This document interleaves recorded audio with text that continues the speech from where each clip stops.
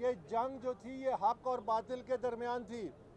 ये जंग जो थी एक ताकत और इंसाफ के दरमियान में थी, सच्चाई के दरमियान में थी।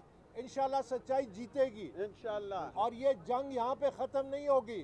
इसके बाद हम अगला मार्का इंशाल्लाह अगर हमारे हक में फ़ैसला आया तो फिर हम सुप्रीम कोर्ट में भी लड़ेंगे, अवाम की अदालत में भी जाएंगे, अवाम को इकट्ठा करेंगे, अवाम को मोबिलाइज करेंगे, ताकि हम जो बड़े मकसद के लिए निकले हैं उसमें कामयाब हों।